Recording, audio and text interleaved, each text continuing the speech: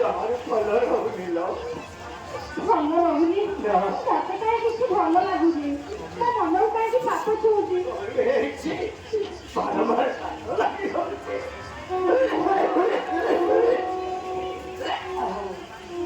ହରିଅ ହରିଅ ତମ କାଠରେ କଣ ରକ୍ତ ପଡୁଛି?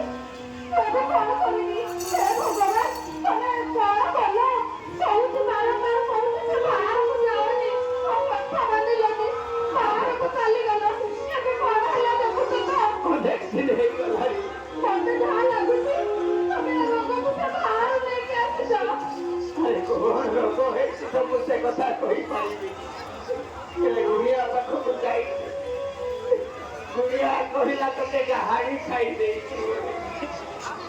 ଗାହାଣି ଖାଇଯାଇଛି? ହେଲେ ମୁଁ ଏବେ କଣ କରିବି? ତମର ଏ ରୋଗ କେମିତି ଭଲ ହବ ମୁଁ କିଛି ବୁଝିପାରୁନି।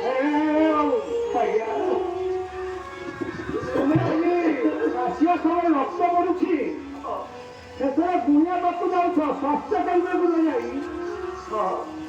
ସେଥିପାଇଁ ତୁମେ ନିଜକୁ ଯିଏ ସଂସାରରେ କିଛି ଜାଣିପାରିଲେ। ହେଲେ ମତେ କଣ ହେଇଛି ଆଜ୍ଞା?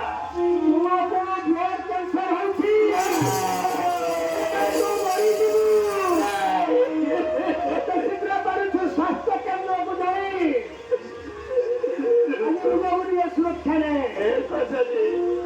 ଶୁଣିପାରିଲୁ କଣ କହିଲେ? ମତେ ବ୍ଲଡ୍ କ୍ୟାନ୍ସର ହେଇଛି। ମତେ ବ୍ଲଡ୍ କ୍ୟାନ୍ସର ହେଇଛି। ହେଲେ ମତେ ସଂସାର ଛାଡି ଯିବାକୁ ଇଚ୍ଛା ନାହିଁ। ତଥାପି ମୁଁ ତମକୁ ବିଦାୟ ମାଗୁଛି ସଜନୀ। ବିଦାୟ ଦିଅ ଏବେ ସଜନୀ।